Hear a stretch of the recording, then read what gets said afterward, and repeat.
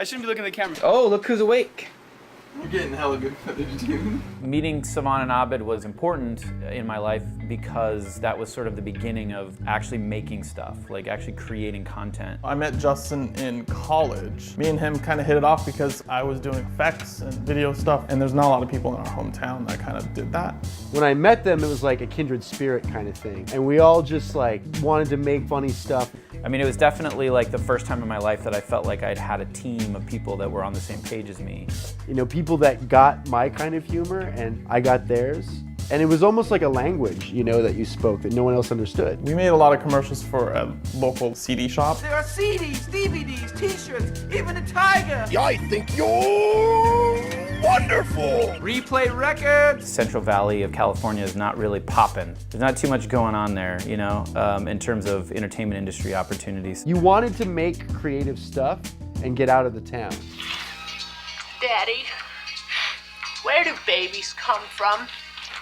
The stork. What stork? He has rocket feet. They propel him at speed so great that he doesn't age. He's like God, but he eats herring. When I met Rob, we were doing comedy sports workshops in Milwaukee. He was 19, I was 21. We started doing improv and sketch together. We latched onto each other for comfort, security, and through a shared taste for pop cultural kind of meta humor. I started doing a comic book on the side called Scud the Disposable Assassin, and then somebody said, hey, you should make this into a movie. He decided to move to LA.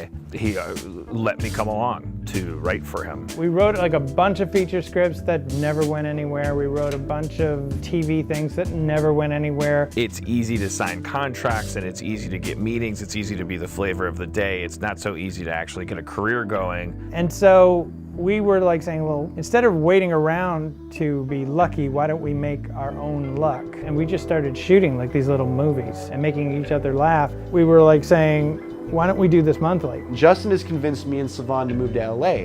And we've been making cartoons and skits for like, I think a couple months. And this is before YouTube, so we kind of just would create content with no one to show it to. And then our friend shows us this website. It's called channel11.com.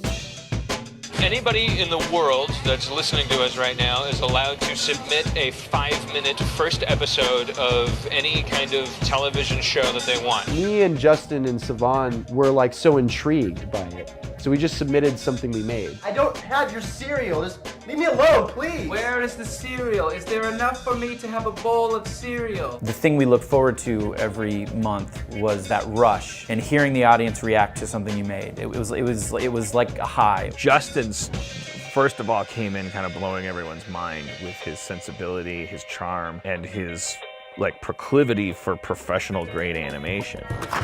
Hello there, I'm Poopy Butthole Pooerson. Oh, you can call me Dirty Wet Poopy, Poopy Sloppy Pooer Hole. Justin figured out a way to make cartoons super fast, within a month, every day after work, going to Justin's apartment. Yeah, we were like this cartoon making factory. Like Justin would always submit these cartoons that the panel would love, but the audience would hate, until he did House of Cosby's. It's a house of Cosby's. I'm Dancing Cosby. I'm Curiosity Cosby, you see.